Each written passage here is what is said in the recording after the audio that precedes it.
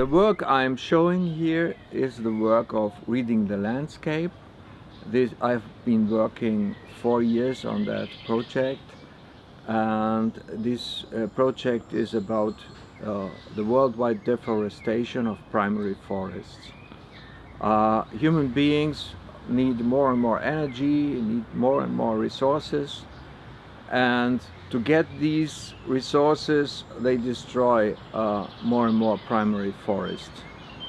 And in my book Reading the Landscape you can see 3 chapters. In the first chapters I show untouched primary forest, and then in the second chapter I show the deforestation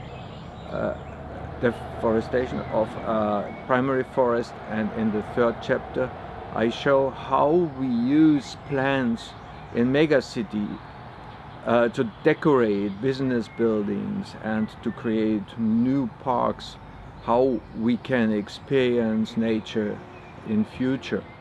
It was really difficult for me to find good places to take photographs of untouched primary forests, especially in Indonesia, because in Indonesia during the last 35 years they destroyed about 95% of the primary forest with the intention, and they did also, to plant palm oil.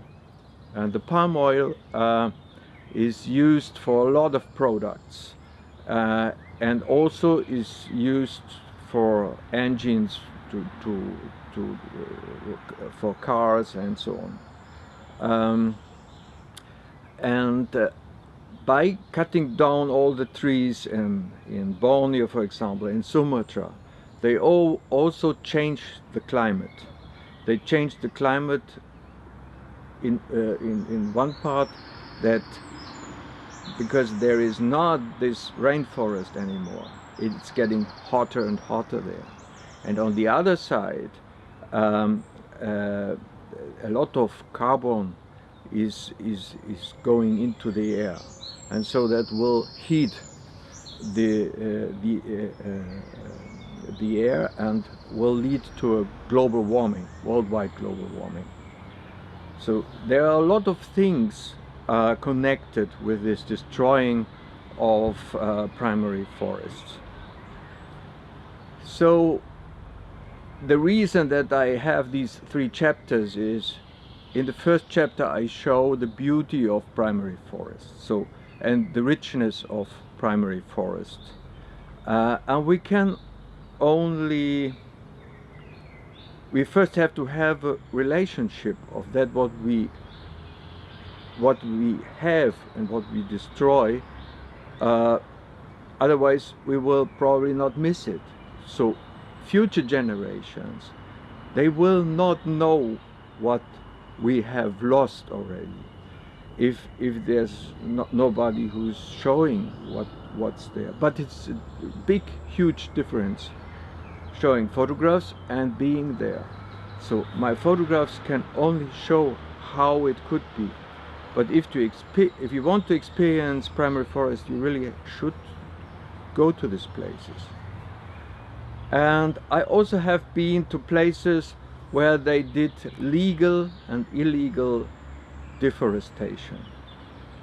It was very impressive to hear all the engines cutting down the trees there.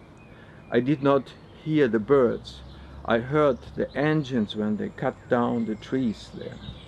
And I saw big ships overloaded with trees. I saw big trucks coming every 5 minutes the road, overloaded with primary forest trees. And I saw animals looking for a place where they can hide themselves. So this was a very sad experience. So for me, being there on location and experience these things is a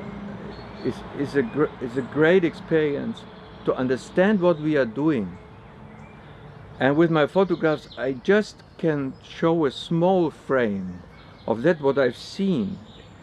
And I can only say there's something happening. We should really change. But my experiences are that as long you can earn a lot of money with our resources, the cutting down of trees will not stop. So they will stop cutting trees if they are paid not to cut them down. And this is a big problem. So the money is really the thing that influence most of the things in our world. And big companies earn a lot of money by cutting down the trees that are not the local people that destroy the primary forest, that are Western companies, stock listed companies. And so in the second chapter, when I showed the deforestation, when I showed the destroying of landscape, and for example here the photograph was taken in Australia, they lighten bushfires with the intention to get more farmland.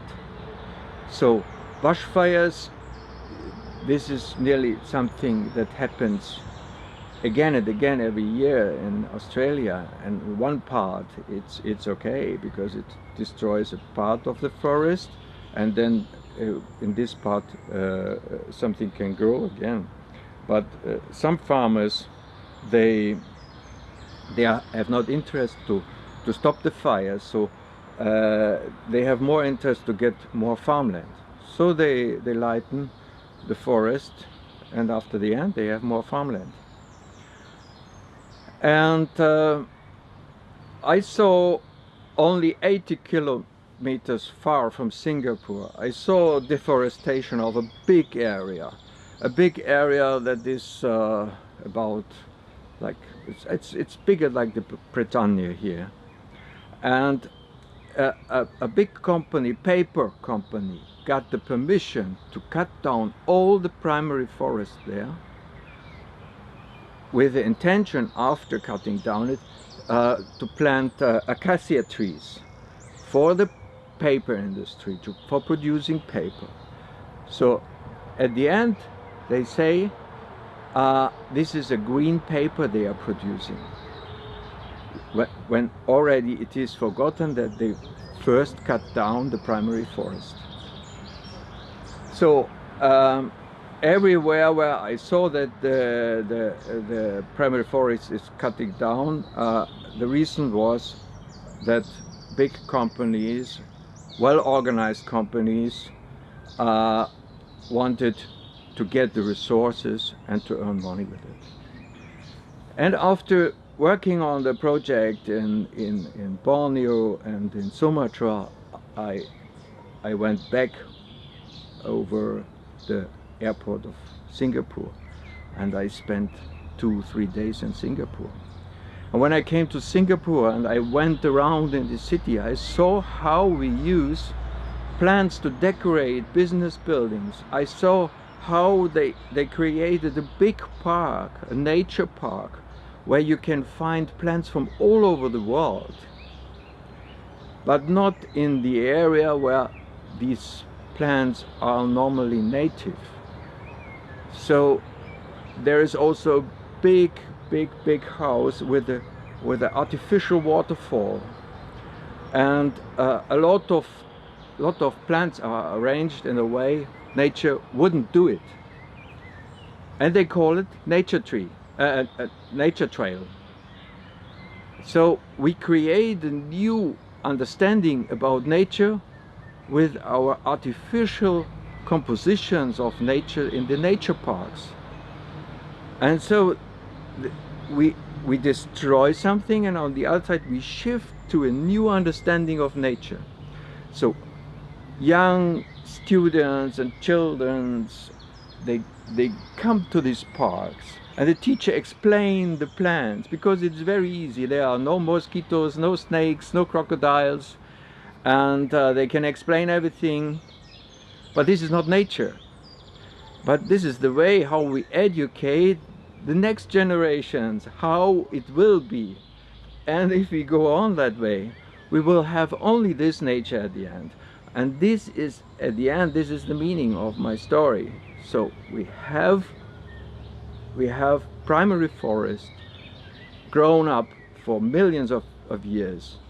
We destroy the nature, and we invent the nature new in megacities, for example. And so this is the intention of this story. It's an observation I've made, and I think we should think about it.